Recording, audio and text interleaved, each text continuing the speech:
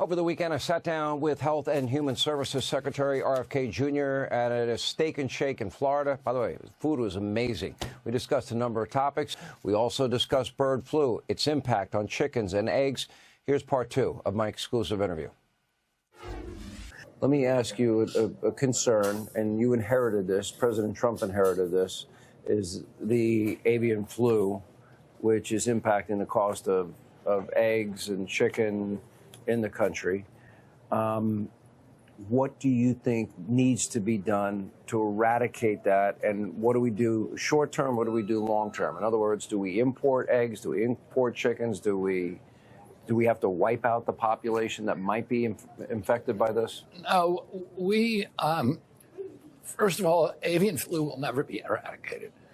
It is endemic in wild populations of birds, and particularly mallards, and that's what infects the domestic flocks. And so you'll never get rid of it, and it doesn't appear to hurt wild birds. They have some kind of immunity. And the strategy, the White House, all of my agencies have advised against vaccination of birds.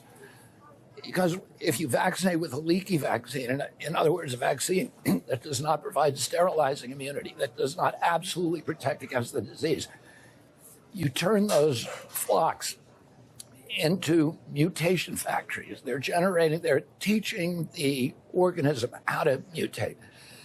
And it destabilizes it, and it's much more likely to jump to animals if you do that.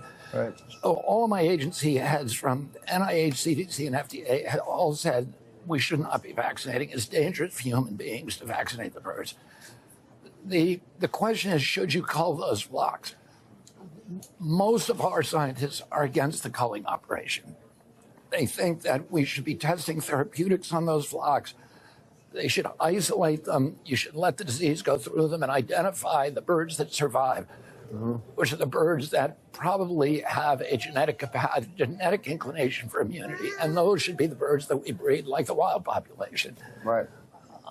Right now, the White House strategy is to repopulate those farms that have been depopulated. We've killed 166 million chickens. Wow. That's why we have an egg crisis.